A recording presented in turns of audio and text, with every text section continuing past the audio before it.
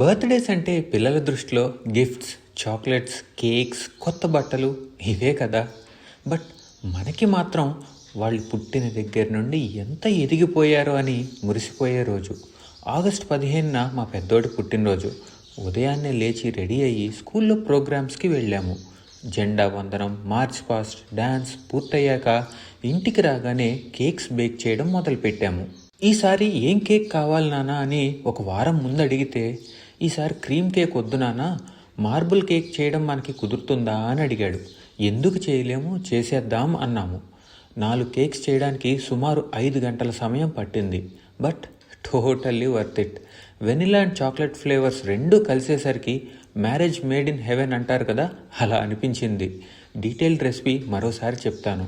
పిల్లలిద్దరూ మేము కూడా కేక్స్ మీద డిజైన్ గీస్తాము అంటూ వాళ్ళు కూడా ఒక చెయ్యి వేశారు. ఇంతలో అమ్మా, అన్నయ్యకి మనం గిఫ్ట్ కొనలేదు కదా, ఇప్పుడు ఎలా అన్నాడు. మేము ఆల్రెడీ కొనేసాం, ఇంట్లో ఒక దగ్గర జాగ్రత్తగా దాచిపెట్టాము అని చెప్పాము.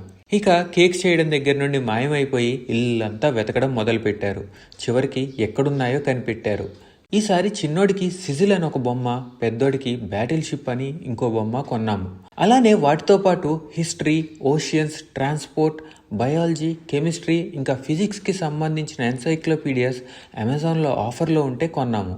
ఇక సాయంత్రం ఇంటి దగ్గర ఉన్న పిల్లలతో కేక్ కట్ చేసి సెలబ్రేట్ చేసుకున్నాక రిటర్న్ గిఫ్ట్ కింద అందరికీ తెలుగు స్టోరీ బుక్స్ ఇచ్చాము. ఎవరికి కావాల్సిన బుక్ వాళ్లే సెలెక్ట్ చేసుకున్నారు. అలా పుట్టినరోజు గడిచిపోయింది.